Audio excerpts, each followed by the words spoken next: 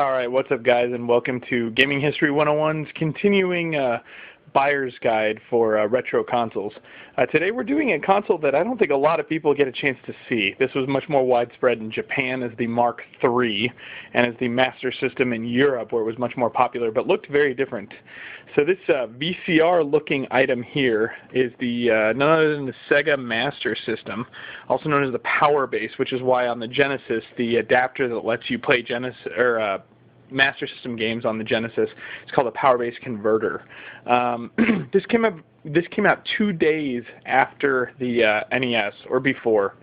Now I'm getting sketchy on my history, but anyway, I've definitely written about it on Gaming History 101 if you want the exact dates. But came out at the same time as the NES, and basically got screwed in America for various reasons, most of them, in my opinion, being the fact that Sega wasn't very well known, didn't get a lot of distribution, and Nintendo kind of had the kibosh on all their licenses. You basically couldn't release any Nintendo games on the Master System. In certain ways, apparently, it's graphically better, but I see mixed reviews there. But if you've never gotten a chance to see this console, it's kind of interesting. So it's got 2 ports for controllers right here. They kind of look Atari style. They did use cards, which some may call like thin cards or hue cards when they were used on the TurboGrafx. And then most of the games were also in cartridge form. But you can do either one, depending on the version of the game you've got. The other very interesting thing about this console is, if you can't see it here, reset button on the top, like most would expect. But there's also a pause button, which actually doubles up as a start button in most games. Also, there's a light here that'll let you know whether you're using cartridge or card. Kind of shows the controllers in the system. Power button's right here, toggles on and off, and there you have it. The console doesn't really have much going on. There's an expansion port on the bottom, like Sega will have with all of its consoles, but it's I don't think it was ever used. And then looking over here in the back, you've got a pretty standard setup, just like the Nintendo. This is where your AC goes in. This is where your RF switch goes in. This has an AV multi-out. I'm sure there are different AV ways to hook this up, but I'm thinking this is mostly for PAL TVs, but I could be wrong. And then there's the channel 3-4 switch. Anyway, all right. If you're going to buy a Master System, you definitely want to have a couple of things. The first, and probably most important, is, boom, the AC adapter. If you look carefully, it's probably not going to focus very well on my cell phone camera, which is unfortunately the best camera I have because I invested in game capture equipment over cameras. This is a model 3025 AC adapter. It is a 9-volt DC 1 amp adapter. The reason that is important is because I don't think any other power sources for Sega consoles and or Nintendo consoles follow this exact spec, so you want to make sure you follow that exact spec. However, the power in looks extremely common. Looks like almost anything from the Nintendo and various other consoles will have that power in. So the one thing you want to make sure is you can make the adapter at Radio Shack, but you want to make sure it's 9-volt, 1 amp. You can fluctuate a little bit, but do that at your own risk. My recommendation is to do those exact power specs. Second thing, boom, the RF adapter. As far as I know, without modifications, this is the only way to hook it up to your TV.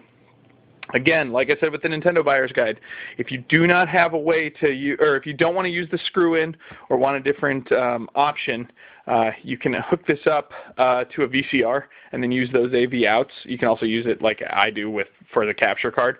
But for the most part, any TV you've got, even HD TVs, should have a hookup for this. On the end of this is the hookup in the back. It looks like a regular RF single RCA hookup, which means, and safely, you could use a TurboGrafx AV cable, or more commonly, a Nintendo RF AV cable that has the RF adapter on it, and it'll work fine. It also means that if you have multiple consoles you want hooked up to your TV, the old way to do it was to screw them one end to one end and kind of daisy chain them together onto the TV. Causes a lot of interference. It is kind of a pain in the ass. So the better way to do this is to use one for all of them. Heck, you could use the same RF adapter for both the TurboGrafx, the Nintendo, and tag on the Master System. Again, you're going to need those things to hook it up. But another important thing you're going to want is, boom, a controller. This is what the Sega Master System controller looked like. Very similar to the Famicom controller, although quite different from the Nintendo controller. In certain ways it's not, but I mean for the most part. It has buttons 1 and 2. Button 1 works as a start button in a lot of games, but not in all games, which is why you need to be very careful. Try playing Phantasy Star without actually having a console with a with a pause button that works. You're going to find it very hard to play. Anyway, cord comes out of here, goes all the way to this hookup. Now this hookup looks identical to the Genesis. I do not know if Genesis or also the Atari is what used it. I don't know if either of those will work, but it looks like it'll at least plug in. Now, because this console, just like the Nintendo, has a lot of two-player games, boom, you probably want a second controller. It's always a good idea. Realistically, for the Master System, you're either going to find a console with 2 controllers or not. So it's going to kind of come down to the library you want. Now, speaking of library, this is what your Master System games look like. Very nondescript, very boring cartridges, or the cards. Now, granted, I don't have any games with the Hue cards, or the Sega cards. None of the games I play, I really liked them on. They didn't have a lot of information. They were very basic games, looked like Atari games. So, this one's very popular. This is Space Harrier, one of the few Sega arcade games that was ported to the Master System that you cannot find on Nintendo. Now, what you'll notice about these cards is they're very nondescript. In fact, if you stack them up like one would expect to, you don't know what the hell the game is. That's kind of bad. So, Sega, I really wish you had found a better solution. A lot of people I know, even though this is not good for collectors or for the market, write the name of the game at the top, maybe in Sharpie, maybe with a piece of tape or something. It's your call. But for those that don't know, we're doing a contest on GamingHistory101.com. You can win almost every game that's shown in these Buyer's Guide videos. Space Harrier is part of that. So go get on the website, figure out how to enter the contest, share your Christmas story, and boom, you could win Space Harrier among others on the Master System. Now, a couple of accessories that I have, I just want to show them off because they look so goofy and they're going to be hard to find, is one, the light gun. Of course, I do love light gun games, so of course I had to find a console that had the light gun. It is known as the Light Phaser. And as you can see, it looks very Star Trek-like, but at its core, it feels kind of like a cheap knockoff version of the Zapper. In truth, it's just like the Zapper. But that's what it looks like. Now, just as I said in the Buyer's Guide for the Nintendo, you do not want to use this with a HD TV, an LCD TV. Well, HD TV is not completely accurate. You don't want to use it with an LCD TV, a projection TV, a plasma TV, or anything like that. They don't work. You have to use an old school CRT television. And last but not least, for posterity's sake, boom. These, if you do not know what they are the 3D glasses. Believe it or not, the Master System was capable of displaying 3D images, and I have a broken pair of these glasses. When I say broken, they do function. It's just, as you can see, the arm is broken. But yeah, they allowed you to basically play your games in 3D using the interlace. The only downside to it is, and this is important for anybody who wants to buy these, if you want to use it in 3D, you need to have the glasses, which do have a hookup at the end of them. If you don't know what this basically looks like a mini or headphone jack with 2 prongs.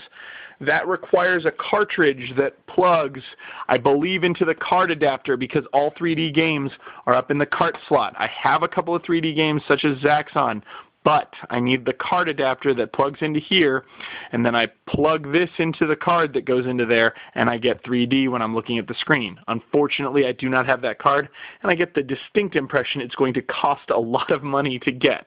However, I do have the glasses, which I guess is half of the battle. Anyway, this is the Sega Master System. For those looking for it, this console's rare enough that on the market it's very hard to predict what you're going to pay for this. I have seen as much as probably $100-150 for even the simple setup I have here. If you can find it for like $50, awesome. I would say if you're going to go for a Master System, try to find something with as many accessories and games as you can. They will be hard to find. Most Master System games are going to be about $5 a piece. You shouldn't pay a whole lot more for that, so don't let the games fool you into paying more for a console.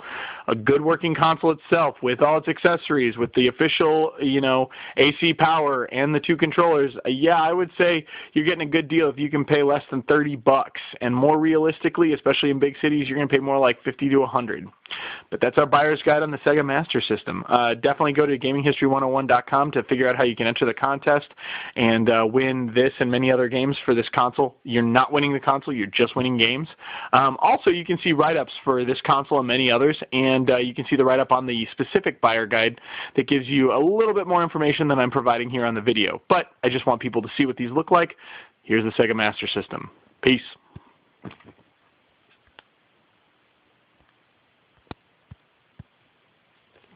Sega wasn't very well known, didn't get a lot of distribution, and Nintendo kind of had the kibosh on all their licenses. You basically couldn't release any Nintendo games on the Master System. In certain ways, apparently. Alright, what's up guys, and welcome to Gaming History 101's continuing buyer's guide for retro consoles. Today we're doing a console that I don't think a lot of people get a chance to see. This was much more widespread in Japan as the Genesis, the adapter that lets you play Master System games on the Genesis. It's called a power-based converter. This came out 2 days after the NES, or before. Now I'm getting sketchy on my history, but anyway, I've definitely written about it on Gaming History 101 if you want the exact dates. But it came out at the same time as the NES, and basically got screwed in America for various reasons, most of them, in my opinion, being the fact that 3, and as the Master System in Europe, where it was much more popular, but looked very different.